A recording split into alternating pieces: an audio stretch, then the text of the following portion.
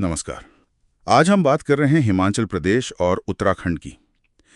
ये दोनों खूबसूरत पहाड़ी राज्य एक बार फिर मॉनसून की भारी बारिश से जूझ रहे हैं। हाँ, बिल्कुल। हमारे पास जो अलग-अलग रिपोर्ट्स और खबरें हैं, वो काफ़ी गंभीर तस्वीर दिखा रही हैं। सही।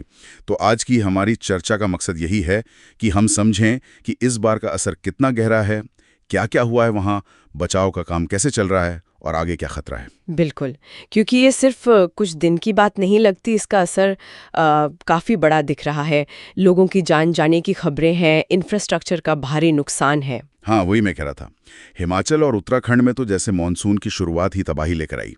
जाने गई हैं सड़कें, पुल, बिजली की लाइनें, सब कुछ बुरी तरह प्रभावित हुआ है। और आम जनजीवन तो देखिए अस्त-व्यस्त है ही, ऊपर से 4 धाम यात्रा जैसी जो महत्वपूर्ण तीर्थ यात्राएं हैं, उन पर भी असर पड़ा है। और मौसम विभाग मतलब आईएमडी ने जो रेड अलर्ट जारी किया है, वो भी तो यही बताता है कि खतरा भी टला नहीं है।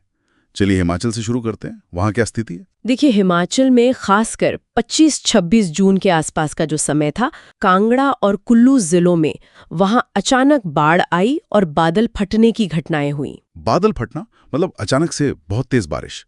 हाँ बिल्कुल, बहुत कम समय में एक छोटे से इलाके में अचानक बहुत ज्यादा बारिश हो जाती है। इससे तबाही बहुत ज्यादा होती है। और खबरों के मुताबिक इसमें जान माल का नुकसान काफी हुआ है। सुनने में आया है कि कम से कम 2-5 लोगों की जान गई और शायद 6 से 23 लोग लापता भी हैं। हाँ, ये शुरुआती आंकड़े हैं। और घरों को, सड़कों को, पुलों को, यहाँ तक कि जो हाइड्रो इलेक्ट्रिक प्रोजेक्ट्स हैं, उनको भी नुकसान पहुंचा है। ओह, ये तो बहुत बुरा है। बचाव कार्य चल रहे होंगे वहाँ। हाँ, बिल्कुल। एनडीआरएफ यानी नेशनल डिजास्टर रिस्पांस फोर्स और एसडीआरएफ यानी स्टेट डिजास्टर रिस्पांस फोर्स, उनकी टीमें पहुंच गई हैं। वो स्थानीय प्रशासन के साथ मिलकर काम करें, पर देखिए चुनौतियां बहुत हैं। और फिर वो ब्यास नदी वाली खबर 30 जून को। हाँ, ब्यास नदी का पानी इतना बढ़ गया कि 129 से भी ज्यादा सड़कें बंद हो गईं। इसमें जरूरी चंडीगढ़ शिमला हाईवे भी शामिल है, और वो जो ऐतिहासिक कालका शिमला रेल लाइन है। अच्छा, वो टॉय ट्रेन वाली लाइन वो भी बंद हो गई। हाँ, वो भी प्रभावित हुई है।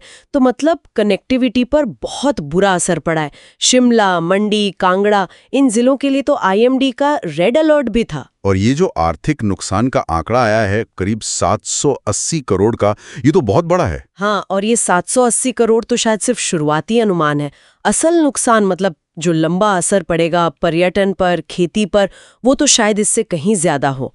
सोचिए, 1000 से ज्यादा सड़कें, सैकड़ों ट्रांसफार्मर, पीने के पानी की सप्लाई भी। हाँ, पानी की सप्लाई यूनिट्स, कई पुल टूटे हैं।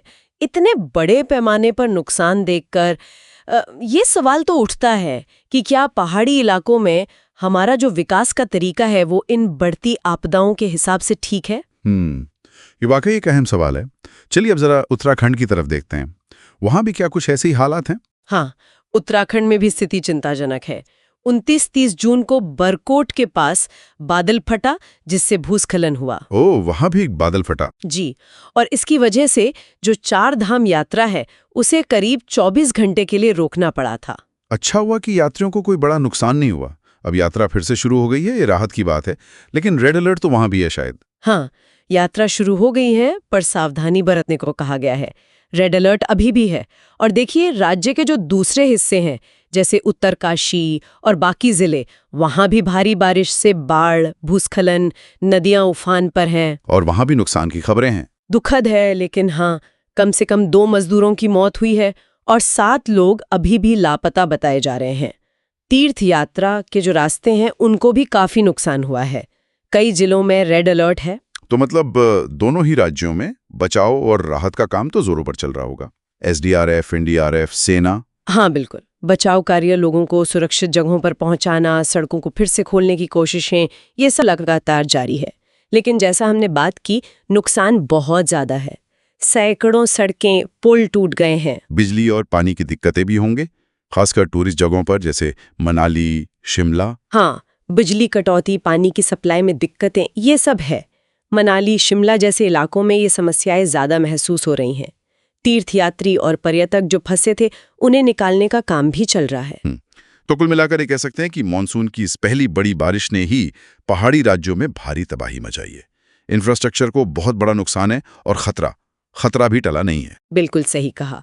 और जो जानकारी मिल रही है उसके आधार पर लोगों को यही सलाह है कि नदियों के किनारों से, जहां भूस्खलन का खतरा हो, उन इलाकों से और बंद रेलवे लाइनों से दूर रहें। और आईएमडी की चेतावनियों पर नजर रखना बहुत जरूरी है, खासकर शिमला, मंडी, कुल्लू, कांगड़ा, उत्तराखंड में बरकोट, उत्तरकाशी, रुद्रप्रयाग, इन जिलों के लिए। हाँ बिल्कुल। और किसी भी इमरजेंसी में मदद के लिए स्थानीय जिला आपदा प्रबंधन प्राधिकरण या फिर एसडीआरएफ की हेल्पलाइन पर संपर्क करना चाहिए।